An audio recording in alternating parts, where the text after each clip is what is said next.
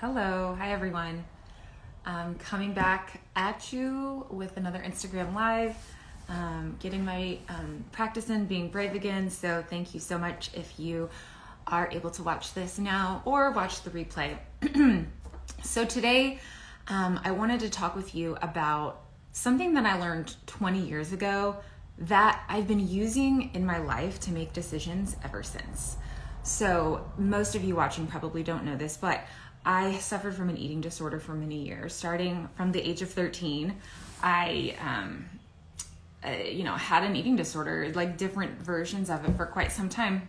And about the age of 19, when I was a freshman in college, things were getting really bad, and I was seeing a therapist, and she offered this program to me. It was an intensive outpatient program for eating disorders.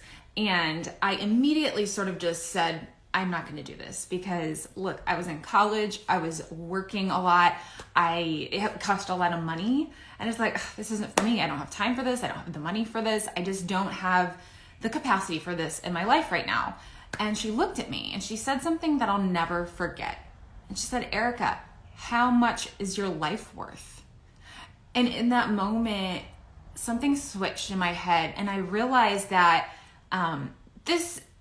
classes could wait, work could wait, money could be found. This was my life. This was something that was controlling me. It was something that could potentially ruin my life or ultimately kill me in the end. So she said, Erica, how much is your life worth? And something about the way she said it and the way she made me understand it helped me to see that this was something I had to do something about. And so as it turned out, my parents' insurance actually covered the program, and I was able to take shifts off work and able to work around my class schedule. And what happened was, it was the beginning of the end of my eating disorder. So I took the time and the money, and I prioritized the time and the commitment, and I prioritized this thing in my life that I needed to do to get better, to change my life for the better. And when I did that, it was one of the best decisions I ever made, because here I am today, 20 years later, fully healed and recovered from that eating disorder, all because someone was able to look at me and say, how much is your life worth? And I've used that to make other decisions in my life too. A couple of examples, some of these have to do with money, some of them don't. A couple of examples would be, when I'm deciding, there's an educational program I need to take to help me become a better business owner. If something's $1,000, for example, that's a lot. That's a big expense. But I look at it and I say, how much is this worth to me? When I was thinking about my kids and when I was having infertility struggles, fertility treatment is very expensive, and it wasn't covered by insurance. And that was really hard, but I was able to say, well, how much is this worth to me if it is a success? Things like spending the weekend writing, when I was writing my first book, taking a full Saturday to write instead of doing something else. Even at the time I had a baby, it was like sacrifices for things in the future. And so I want to take this back to faith right now. Okay. So we all have spiritual needs. So stick with me. We all have spiritual needs, and those are defined as needs and expectations which humans have to find meaning, purpose, and value in their life. And everyone has them. But I would say the vast majority, including myself sometimes, we don't make them a priority. They sound kind of woo-woo sometimes, like spiritual needs, but they are a real thing. And it's something that we need to tend to. So sorry guys, I made some notes, so give me just a second.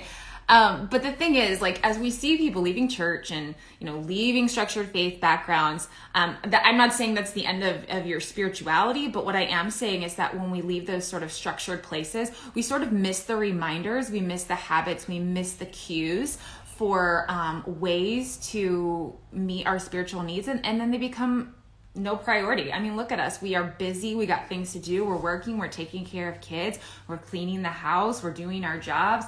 And our spiritual needs, they're sort of superfluous. We're like, oh, well, that's something, I can take care of that later. It's, but then they never ever get met. And then we're left sort of in this circular thing of like, we never meet a need. And when a need isn't met, you can't thrive. And so, when I was in college and I had that experience with the program, like, I needed that. And I was willing to just walk away from it because I was too busy. But my therapist said, how much is your life worth? And when I think about our faith lives, and I think about how many people are struggling spiritually, and when I think about the survey that I have probably mentioned before about women saying the number one thing they want to improve in their life is their faith and their spiritual habits, and yet in that same survey they said it was the thing they were prioritizing last, it makes me sad. Because when you meet your needs, when you meet your spiritual needs, you thrive not only personally and internally, but just in life. Because when you meet your spiritual needs, you have a connection with God that you don't have otherwise. And you're able to uncover the purpose that He has for your life. And so for you, meeting your spiritual needs could be different things. It could be answering those lingering questions that you have. Maybe there's some, like a lot of people have these like questions about religion. Like they have questions about evolution. They have questions about science. They have questions about how could a good God, let awful things happen. And maybe those are some of your questions. And I just want you to know that they have answers. And I want you to know that, that seeking the answer, you don't have to sit and wonder. Like there are people that are willing to, to help you through that. And so anyway, it could look like finding a church. It could look like finding a small group. It could look like digging into theology. It could look like understanding why you believe what you believe, and figuring out why God put you here on this earth. There's really nothing, think about it, there's really nothing more important than that, right? Our purpose in life, there is no way that you can figure that out if you're not meeting your spiritual needs. That's how God talks to us, is by meeting those needs. So no, it's not going to come to you in an email, your purpose in life. It's not going to come to you in a pop-up message. But if you're able to get quiet and seek them out intentionally and prioritize those needs, I think it's going to take you a long way. I think one example I would say is, like, as a creative, I'm a creative person. We have to have times of just doing nothing so our brains can just think. We have to sort of schedule in an hour to brainstorm, to just think.